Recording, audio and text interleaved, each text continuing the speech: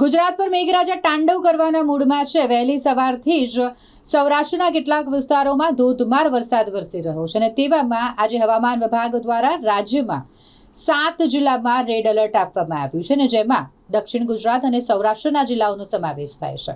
આજે અને કાલે 2 દિવસીય 4 જેટલી સિસ્ટમ ગુજરાત પર સક્રિય હોય ભારેથી અતિભારે વરસાદ વરસવાની સંભાવનાઓ વ્યક્ત કરવામાં આવી છે। દક્ષિણ ગુજરાત એટલે કે વલસાડ તાપી સાઈડનો જે વિસ્તાર છે ત્યાં અને સૌરાષ્ટ્રમાં જેમાં જૂનાગઢ ગીર સોમનાથ અને અન્ય જે જિલ્લાઓ છે તેમાં ભારેથી અતિભારે વરસાદ વરસશે તેવી શક્યતાઓ વ્યક્ત કરવામાં આવી છે। અમદાવાદ વડોદરા સુરત સહિતના વિસ્તારો કે જ્યાં મધ્યમથી ભારે વરસાદ વરસવાની શક્યતાઓ હવામાન વિભાગ દ્વારા વ્યક્ત કરવામાં આવી છે। આજે અને કાલે એમ 2 દિવસ ગુજરાત માટે ભારે છે તેવું કહી શકાય અને આમ વરસાદ આગામી 24 ઓગસ્ટ સુધી ગુજરાતમાં વરસશે તેવું હવામાન વિભાગ દ્વારા આગાહી કરવામાં આવી છે।